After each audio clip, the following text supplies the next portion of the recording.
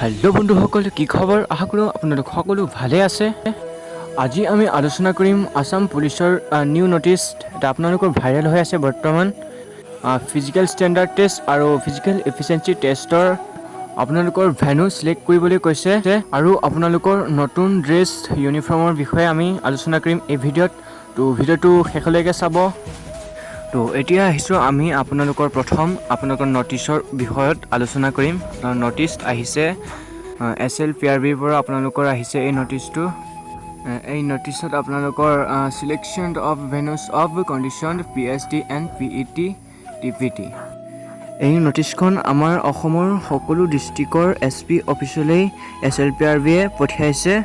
ইয়াত আমাৰ পোষ্ট কেইটা 1645 পোষ্ট আমাৰ কনষ্টেবল UBৰ কাৰণে আৰু 2300 পোষ্ট আমাৰ AB বেটেলিয়নৰ কাৰণে আৰু এটা পোষ্ট আমাৰ AP আৰু কনষ্টেবলৰ কাৰণে আৰু 114টা পোষ্ট আমাৰ কনষ্টেবল UBৰ কাৰণে আৰু এটা পোষ্ট আমাৰ কনষ্টেবল ABৰ কাৰণে আমাৰ hills area hills tribe category আমাৰ হিলছ এৰিয়াৰ কাৰণে ৰখা হৈছে ৰিজাৰ্ভ আৰু 262 পোষ্ট আমাৰ কনষ্টেবল AP আৰু আসাম পুলিচ কমিউনিকেশ্যন, 3টা পোষ্ট আমাৰ কনষ্টেবল ড্ৰাইভাৰ আৰু 9টা পোষ্ট আমাৰ কনষ্টেবল ডিছপেচ ৰাইডাৰ আৰু 2টা পোষ্ট আমাৰ কনষ্টেবল হেণ্ডিমেন আৰু 14টা পোষ্ট আমাৰ কনষ্টেবল মেছেঞ্জাৰ আৰু 3টা পোষ্ট আমাৰ কনষ্টেবল কাৰ্পেণ্টাৰ।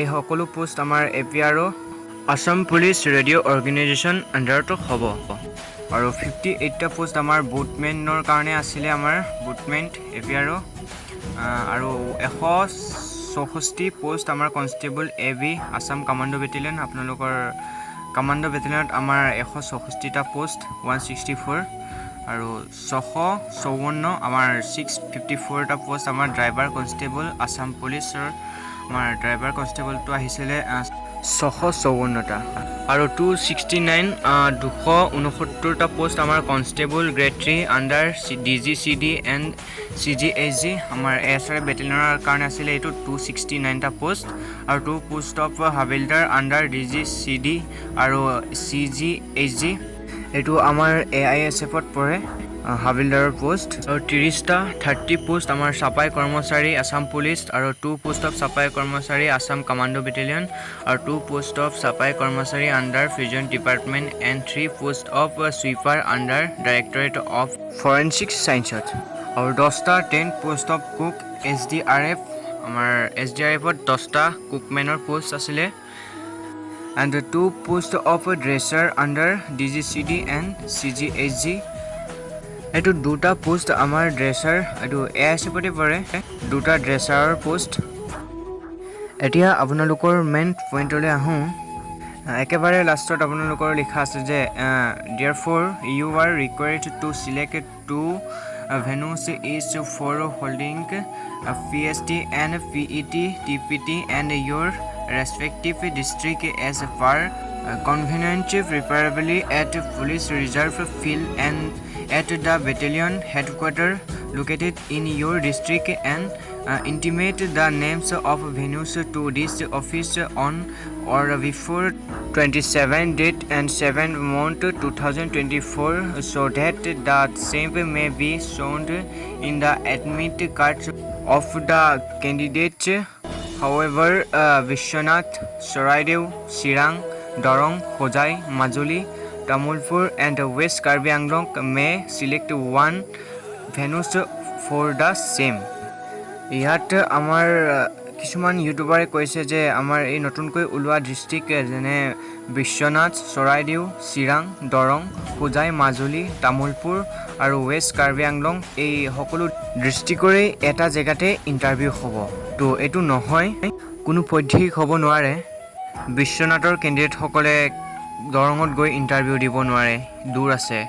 চৰাইদেউৰ কেণ্ডিডেটসকলে মাজুলীত আহি ইণ্টাৰভিউ দিব নোৱাৰে। তো এইটো নহয়, নটিচত এইটো উল্লেখ কৰা নাই, কিন্তু আমাৰ কিছুমান ইউটিউবাৰে কৈ আছে এই সকলো ডিষ্ট্ৰিক্ট নতুন ডিষ্ট্ৰিক্টৰে একেটা জেগাতে ইণ্টাৰভিউ হ'ব।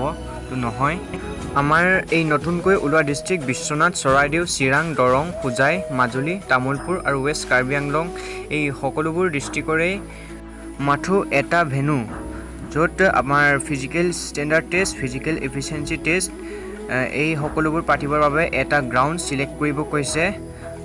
সকলো ডিষ্ট্ৰিক্টতে এই নটিচ দিয়া হৈছে SP অফিচলৈ। নতুন 8টা ডিষ্ট্ৰিক্টৰ বাদে আগত থকা ডিষ্ট্ৰিক্ট সকলোবোৰতে আমাৰ দুটাকৈ ভেনু চিলেক্ট কৰিব কৈছে। দুটা ফিজিকেল ষ্টেণ্ডাৰ্ড টেষ্ট আৰু ফিজিকেল ইফিচিয়েঞ্চি টেষ্ট পাতিবলৈ আপোনালোকৰ গ্ৰাউণ্ড চিলেক্ট কৰিবলৈ কৈছে দুটা। তো এয়া সকলো ডিষ্ট্ৰিক্টৰ SP অফিচলৈ এই নটিচ প্ৰেৰণ কৰা হৈছে। সকলো ডিষ্ট্ৰিক্টৰ SP অফিচে এতিয়া SLPRBলৈ ৰিপৰ্ট কৰিব লাগে যে নিজৰ ডিষ্ট্ৰিক্টৰ আমাৰ ডিষ্ট্ৰিক্টৰ ইণ্টাৰভিউ পতা জেগা ঠিকেই আছে, ইণ্টাৰভিউ পাতিব পাৰিম বা নোৱাৰিম, এই ৰিপ্লাই দিব লাগিব। ইয়াত ডেটটা দিয়া আছে 27 জুলাই 2024। 27 জুলাই 2024ৰ আগত SP অফিচৰ পৰা ৰিপৰ্ট দিবগৈ লাগিব যে ইণ্টাৰভিউ পাতিব পাৰিম, গ্ৰাউণ্ড ভাল হৈ আছে বা বেয়া হৈ আছে বা পাতিব নোৱাৰিম, এই ৰিপ্লাই দিবগৈ লাগিব।